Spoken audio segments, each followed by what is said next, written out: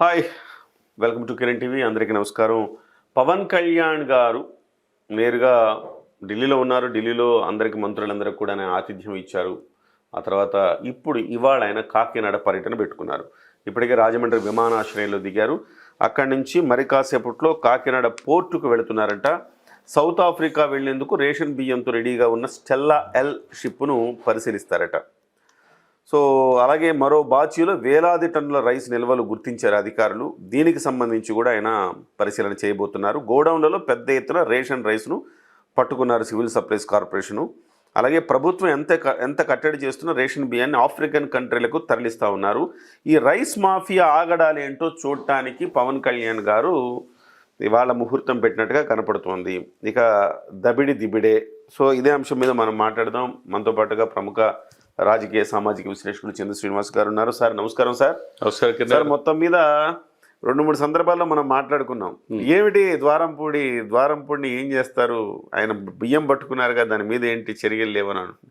ఇది వాళ్ళ ముహూర్తం పెట్టారనుకోవచ్చా?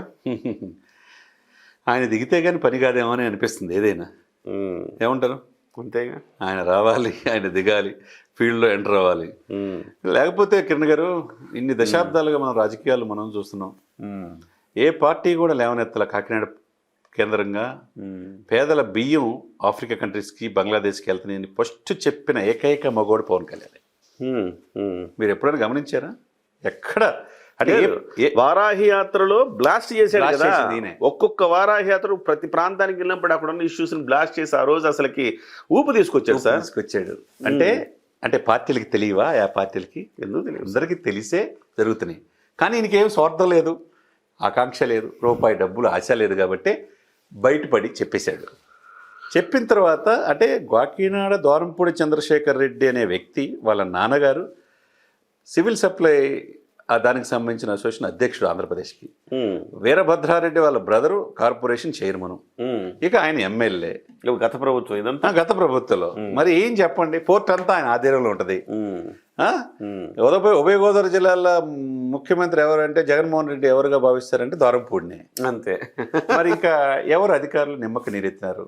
మరి ఈ ప్రభుత్వం వచ్చిన తర్వాత 55,000 మెట్రిక్ టన్నుల్ని సివిల్ సప్లై మంత్రిగా జనసేనకు చెందిన మనోహర్ గారు పాపం ఆయన మొక్కవని ధైర్యంతో ప్రతి ఫీల్డ్ వెళ్ళి ఆఫీసులను పట్టుకున్నాడు. తునికిల కొనతల అధికారులు పట్టుకున్నారు. ఇన్ని కూడా చేసినప్పుడు ఎందుకు చివరికి వెస్ట్ బెంగాల్ నుంచి వచ్చే ఈ యొక్క బియ్యానికి వాడే ఉంటాయి చూసారా గోతాలు, దాంట్లో కూడా పెద్ద 200 కోట్ల స్కామ్ అంట. చివరికి కందిపప్పు, నిత్యావసర వస్తువుల కందిపప్పు 100 గ్రాములు తగ్గించి, రైసు పంచదార తగ్గించి, ఇవన్నీ కూడా తగ్గించి మోసం చేస్తున్న తునికి కొలతల అధికారుల మీద చర్యలు తీసుకున్నారు. ఇంత రాచకం 5 సంవత్సరాలు జరుగుతుంటే నిమ్మకు నీరెత్తినట్టుంది యంత్రాంగం. మరి 4 మాసాలు అయింది, చర్యలే. అవును, కాకినాడ కేంద్రం పోర్టు జరుగుతూనే ఉంది. ₹2 పేదవాడి బియ్యంకి ₹21 ఖర్చు అవుద్దండి ప్రభుత్వానికి. అవును, పేదవాడికి ఫ్రీగా ఇస్తున్నారు.